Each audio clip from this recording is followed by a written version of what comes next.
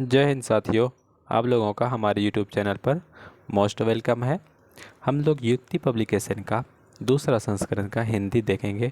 इसमें बहुत ही important question का कलेक्शन है और ये हर एग्ज़ाम के लिए बहुत ही ज़्यादा इम्पोर्टेंट है। देखिए 25 वर्षों से परीक्षा में जो बार बार क्वेश्चन पूछा गया उसका एक संकलन है, कलेक्शन है। तो आइए देखेंगे, थोड़ा सा इसे हम आपको परिचय करवा देते हैं, इंट्रोडक्शन करा देते हैं, क्योंकि हिंदी में बीपीएससी टीचर का एग्ज़ाम में प्रॉपर 25 लगभग 75 नंबर का हिंदी पूछेगा और 25 का इंग्लिश पूछेगा, जिसमें पेपर वन में ऐसी बात कहा गया है। तो आइए, जो मेन फोकस है इसमें से हम लोग थोड़ा सा देख लेते हैं, एक हिंट, थोड़ा सा ओवरव्यू दे देते हैं हिंदी में किस टाइप का क्वेश्चन पूछता है। देखिएगा, ये सारा क्वेश्चन किसी न किसी एग्ज़ाम में पूछा गया है। हर एग्ज़ाम के लिए बहुत ही इंपॉर्टेंट क्वेश्चन का कलेक्शन है। तो आइए देखते हैं। इससे पहले हम आपको बता दें कि हमारे यूट्यूब चैनल पर प्ले लिस्ट बना हुआ है। आप बीपीएससी पीटी प्रीवियस ईयर के लिए, पीटी क्या, बीपीएससी मतलब टीचर के लिए आप प्रिपरेशन कर रहे हैं, तो हमने प्लेटफॉर्म का 25 सेट आता, 25 में से 24 सेट करवा दिया है। अब हम वो सारे जितने भी सेट बाकी हैं वो कंप्लीट करवा देंगे, बहुत ही ज़्यादा अपडेटेड हो जाएगा। और एडुटेडिया का भी हमने 2-3 सेट करवा दिया, दृष्टि आईएएस का करवा दिया, और सारे जितना भी था बायोलॉजी, केमिस्ट्री, फिजिक्स का बीपीएससी का सब अपडेटेड कर दिया। मॉडर्न बिहार का भी अपडेटेड कर दिया।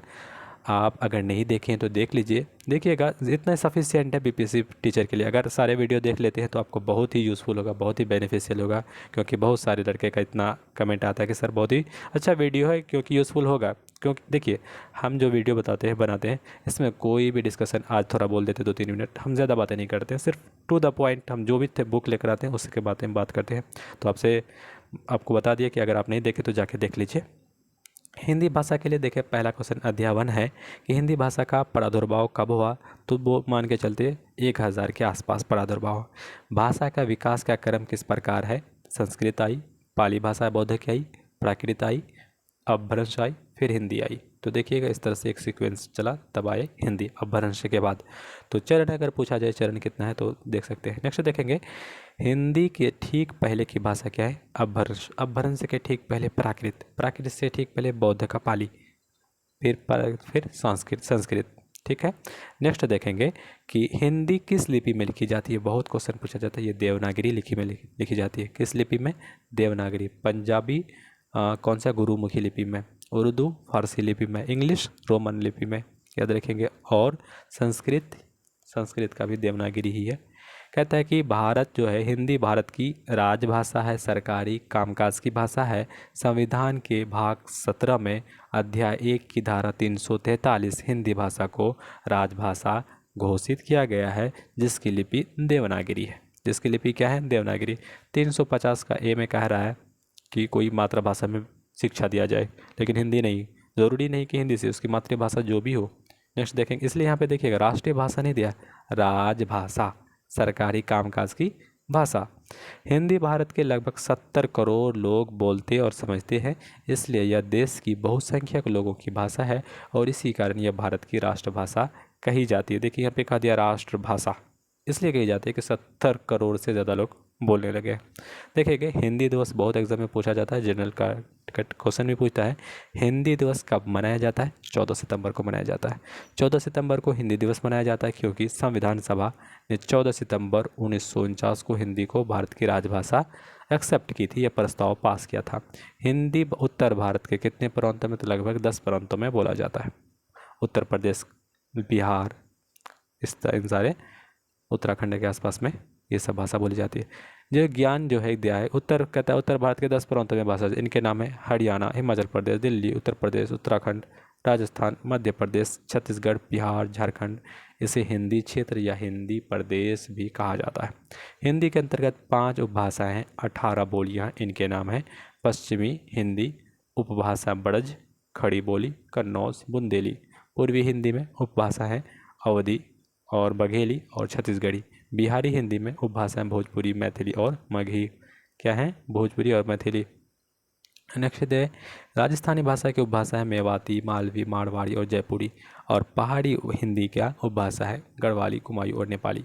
हिंदी में प्रकाशित भारत का पहला समाचार पत्र, ये क्वेश्चन पूछा गया है, तो उदंत मारदंड है। कभी कभी इसको लिखता है जुगल किशोर लिखे हैं, और कभी कभी लिखा है कि मौलवी कवि लिखे। तो जो उदंत मारदंड जो है हिंदी की पहली समाचार पत्र थी, ये लिखेंगे उदंत मार्तंड। देखिए पे क्या लिखा है, देखिए क्या कह रहा है। ज्ञान उदंत मार्तंड हिंदी की पहला समाचार पत्र था जो कलकत्ता से जुगल किशोर, यहाँ पे आ गया ना, जुगल किशोर के संपादन में हुआ था, प्रकाशित हुआ था। नेक्स्ट देखिएगा अब क्या है, दूसरा कॉलम कह रहा है, दूसरा कॉलम क्या कह रहा है, क्या पश्चिमी हिंदी और उसकी बोलियों का विकास शौर सेनी उपभरण से हुआ है, जबकि पूर्वी हिंदी का विकास अर्धमगधी अपभरण से हुआ है। तो देखिएगा, क्योंकि अभी बताए थे हिंदी से पहले कौन था, अर्धमगधी भाषा थी। आफ्टर दैट कहता है पंजाब, गुजरात, जम्मू कश्मीर, महाराष्ट्र, आंध्र प्रदेश में भी प्रांतीय भाषाओं के साथ साथ हिंदी बोली और समझी जाती है। यह मतलब भारत में अधिकतर मोस्ट जगह में हिंदी बोली और समझी जाती है। हिंदी फिल्में, टेलीविज़न कार्यक्रम, रेडियो और टीवी पर प्रसारित होने वाली हिंदी खेल कमेंट्री ने हिंदी को लोकप्रिय बनाने में सहायता करा है। वर्तमान में हिंदी अखबारों में की संख्या 300 से 350 आसपास है। इतनी बड़ी संख्या में पत्र पत्रिकाएं कि दूसरी भाषा में नहीं प्रकाशित होती। हिंदी भारत की संपर्क भाषा है, क्योंकि दो भाषाओं को बोलने वाले लोग पारस्परिक संपर्क में हिंदी का ही प्रयोग कर लेते हैं।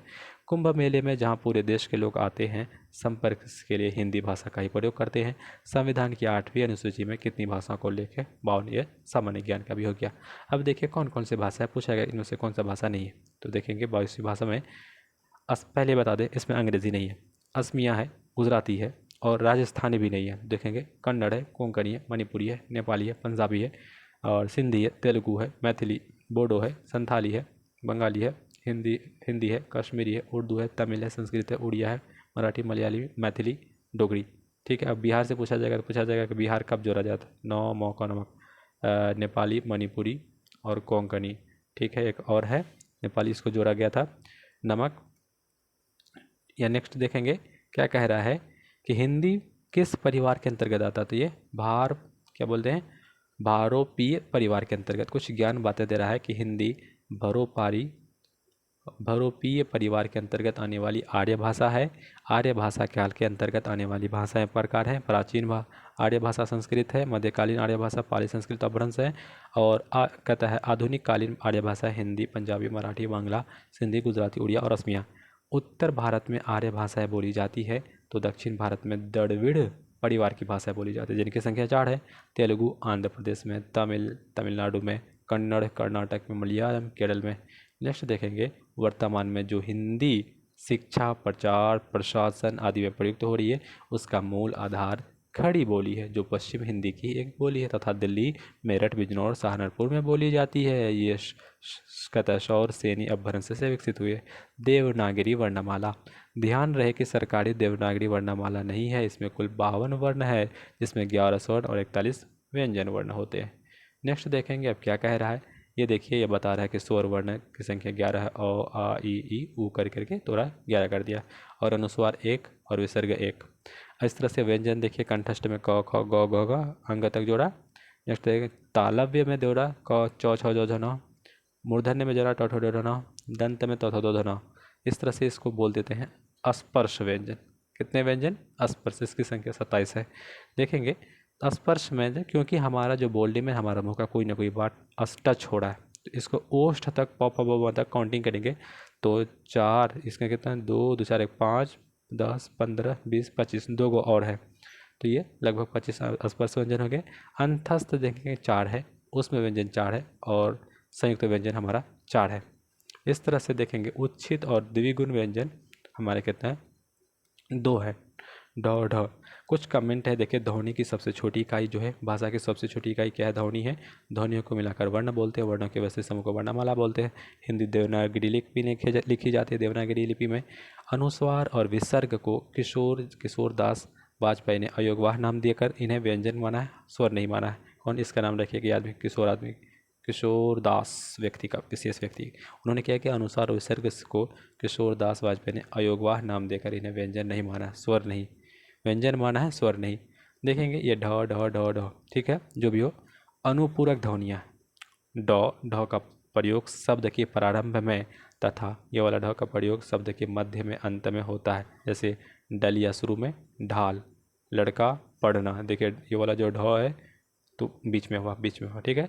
सरकारी वर्णमाला में जो देखिएगा ये वाला ढ स्वर को स्थान नहीं दिया गया है, अतः वहाँ कुल वर्णों की संख्या 52 में 3 को घटा देंगे तो 49 हो जाएगा, मानी गई है। देवनागरी में कुल कितने वर्ण हैं, इस प्रकार विद्वान एक मत नहीं। किसी किसी का कुछ और कहना है, किसी का 48, किसी का 52, कोई कहता 33, जो भी हो, व्यंजन अलग है वर्ण, क्योंकि सबका जो है अलग अलग विश्लेषण करने की प्रोसेस है। संयुक्त व्यंजन दो व्यंजनों के मेल से, जैसे अक्ष हुआ क प्लस सौ मिला देंगे, तर हुआ तो प्लस रौ मिला देंगे, ज्ञ हुआ ज प्लस नौ, इस तरह से सर जो है इससे 100 प्लस रौ। नेक्स्ट देखेंगे देवनागरी में, देखिएगा देवनागरी लिपि में क्या कह रहा है, स्वर जो है हमारे पास आई कुल कितने हैं, कुल 11 होंगे। नेक्स्ट देखेंगे अनुस्वार हमारे पास ये है और विसर्ग हमारे पास ये हो गया। नेक्स्ट देखेंगे क्या कह रहा है, विसर्ग हमारा आ हो गया। व्यंजन जो है कंठस्थ में क ख ग घ अंग तक, तालव्य चौ छौ दना, मूर्धन्य टौ ठौ डना, और हमारा दंत जो होंगे तौ तौ दना, ओष्ठ हो जाएंगे प प ब म। तो आइए दूसरा आप कॉलम में क्या कह रहा है। अब आइए इसके बाद क्वेश्चन करेंगे, देख लीजिएगा। अंतस्थ बोलते हैं योर और लव, अंतस्थ को क्या बोल देंगे, योर और लव। और उसमें व्यंजन को कौन कौन सा बोलेंगे, उसमें व्यंजन को हम लोग क्या बोलते हैं, तालब समुदान से सह, संयुक्त व्यंजन को अक्षतरज्ञा बोलते हैं। आइए कुछ ज्ञान की बात कहता है कि उसके बाद क्वेश्चन आंसर देखेंगे। क्या कह रहा है कि देवनागरी वर्णमाला सरकारी स्तर में 11 स्वर है, देवनागरी 38 व्यंजन है।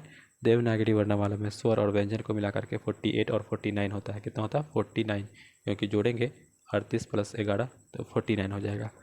ये जो अ पर उसके बाद ये वाला जो छोटा सा अन दिया है और अ को विसर्ग माना है, ये दोनों स्वर ना होकर व्यंजन ध्वनियाँ देती है। तीसरी ध्वनि अनुनासिक भी है, जैसे अनुस्वार में अंगद, अंग, अंग, क्योंकि इसके नाक से आवाज़ निकल रही। विसर्ग देखिएगा दुख अनुनासिक है, इसको बोलते उधर था क्या, इधर था अनुस्वार दे करके, ठीक है, अनुनासिक बोलते ये अनुनासिक और है आंगन, आंवला, हंसना। स्वरों को सरकारी देवनागरी में स्थान प्राप्त नहीं है, ये वाले स्वरों को सरकारी देवनागरी में स्थान नहीं है। कुछ प्रश्न इससे जो बने हैं आइए देखेंगे। साहित्यिक अपभ्रंश को पुरानी हिंदी किसने कहा था, साहित्यिक अपभ्रंशों को पुरानी हिंदी ये कहा है आचार्य रामचंद्र शुक्ला जी। नेक्स्ट देखेंगे हिंदी का संबंध किससे है, तो हिंदी का संबंध अपभ्रंश से या शौरसेनी अपभ्रंश से, प्राकृत से। तो ऑप्शन से हैंगे भोलानाथ तिवारी जो हिंदी भाषा के विख्यात जनक है, ये बोलते हैं शौरसेनी अपभ्रंश है। हिंदी भाषा किससे संबंधित है, शौरसेनी अपभ्रंश। इनमें से कौन सी रचना अवधि में नहीं है, तो बताइए कौन सी है। नचिए यह जो कवितावली जो है अवधि में नहीं है, पद्मावत, मधुवरी, हंस जवाहर, ये सारे अवधि में है। कहता है कवितावली ब्रजभाषा में तुलसीदास के द्वारा रचित पुस्तक है कवितावली। नेक्स्ट देखेंगे तुलसीदास। भोजपुरी, मगही, मैथिली उपभाषा किसके, बिहार की होंगी, कहाँ के, बिहारी की हैं ये सारी मैथिली। नेक्स्ट देखेंगे छत्तीसगढ़ के अध्यापक में पूछा गया था भोजपुरी, मैथिली, मगही बिहार की उपभाषा की बोलियाँ, अभी आपको बताए थे। छत्तीसगढ़ बोली की किस उपभाषा की है, तो देखिएगा छत्तीसगढ़ बोली जो है पूर्वी हिंदी की भाषा है। पूर्वी हिंदी की 3 बोलियाँ, अवधी, बघेली और छत्तीसगढ़ी। नेक्स्ट देखेंगे ब्रज भाषा का विकास किस अपभ्रंश से हुआ है, ब्रज भाषा शौरसेनी, मगही। तो बोलेंगे क्या, ब्रज भाषा का ये हो जाएगा क्या, तो ऑप्शन शौरसेनी से हो गया। तो ब्रज भाषा पश्चिमी हिंदी बोली जो शौरसेन जो है सूरसेन प्रदेश में बोली जाती है, इसकी विकास शौरसेन अपभ्रंश से हुआ है। हिंदी को राजभाषा घोषित किया गया 14 सितंबर 1949। ऑप्शन भी सही है, पूछा भी गया है 14 सितंबर हिंदी को राजभाषा प्रस्ताव पेश किया गया था। कहता है नगरी प्रचारिणी सभा की स्थापना कब होती है, 1893 में। ऑप्शन सी सही है। जैसे देखेंगे श्याम सुंदर जो हैं दास, फिर राम नारायण मिश्रा, ठाकुर शिव कुमार सिंह और काशी नारायण की इन सभाओं की स्थापना की है। कहता है फिर खलिक बाड़ी किसकी रचना है, खलिक बाड़ी जो रचना है अमीर खुसरो का, याद रखेंगे ये खलिक बाड़ी किसकी रचना है, अमीर खुसरो के। कौन सी बोली उत्तर प्रदेश में नहीं बोली जाती है, तो देखिएगा कन्नौजी, खड़ी बोली। मैथिली तो बिहार में बोलती है, उत्तर प्रदेश में कैसे बोलेंगे। नेक्स्ट देखेंगे, हाँ बिहार के बाद आदमी चले जाएंगे। उत्तर प्रदेश का बीएड में पूछा गया है कौन सा वर्ण कंठ, देखिए क से क वर्ग वाला क ख ग घ अंग, गौ तो मिल गया, यो तो नहीं होगा, प तो नहीं होगा, तो भी नहीं होगा। नेक्स्ट देखेंगे संयुक्त व्यंजन का 2 वर्णों के मेल से बना, देखेंगे क + सौ अक्ष, देखेंगे क + थौ तो ऐसा बनता ही नहीं, ऐसा ये देखिए यूपी टीईटी में पूछा गया है। तो ऐसा ही क्वेश्चन आपको बिहार टीईटी में बनेगा आपको। तो ये क + सौ मिलेगा, क प्लस ये तालाब वाला 100 तो मिल जाएगा हमारा अक्ष बन जाएगा, तो ये वाला ऑप्शन क में मिलेगा। नेक्स्ट देखेंगे देवनागरी वर्णमाला में कितना, अभी देखिएगा देवनागरी में 49 बताया, क्योंकि 11 और + 38 49 हो जाएगा। देवनागरी में लिपि में स्वर ध्वनियों की संख्या 11 है, ऑप्शन बी सही है। नेक्स्ट कहता है अघोष व्यंजन है, उत्तर प्रदेश का टीटी में पूछा है अघोष वर्ण क्या है, क बताया। अघोष व्यंजन का है क्योंकि इसके उच्चारण में स्वर तंत्रियाँ निकट नहीं होती है, शेष 3 अघोष ध्वनियाँ हैं और ये क्या कह रहा है अघोष व्यंजन है। क जो है इसके उच्चारण में स्वर तंत्रियाँ निकट नहीं आती है, इसलिए क्या अघोष व्यंजन है। नेक्स्ट देखेंगे कहता है स्वरों का वर्गीकरण। देखिएगा ह्रस्व स्वर दीर्घ स्वर दो टाइप में और मूल स्वर। देखिएगा जिसके बोलने में कम समय लगता है अ ई उ ह्रस्व स्वर, जिसके बोलने में ज़्यादा समय आ ई उ ए ओ औ, इसके बोलने में इसको क्या बोलते हैं दीर्घ स्वर। मूल स्वर अ ई डी और संयुक्त स्वर देखेंगे अ प्लस ई, ए जो मिल गया अ प्लस ई मिल के बना ए जो अ प्लस ए मिल के। इस तरह से अग्र स्वर देख लीजिएगा, ऐसा पूछा जाएगा कि अग्र स्वर कौन सा है इनमें से, तो ई ए मध्य स्वर अ, पश्च स्वर उ। इस तरह से क्वेश्चन पूछा गया है। आप देख सकते हैं कि व्यंजनों का वर्गीकरण है, उसके बाद दूसरा चैप्टर हो जाएगा, इसका फिनिश हो जाएगा।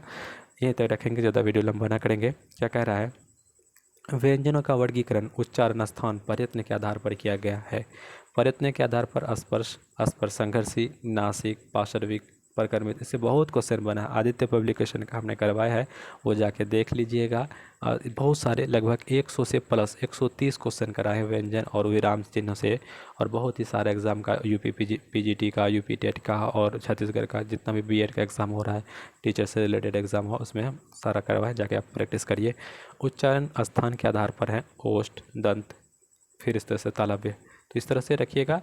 पूरे तालव्य पश्च तालव्य है उच्चारण के स्थान के आधार पर स्वर का या व्यंजन का आधार।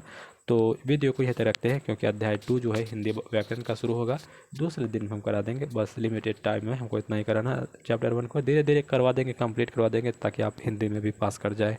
यहाँ तक बने रहने के लिए आपका धन्यवाद। मिलते हैं एक नए वीडियो में, तब तक के लिए जय हिंद जय भारत।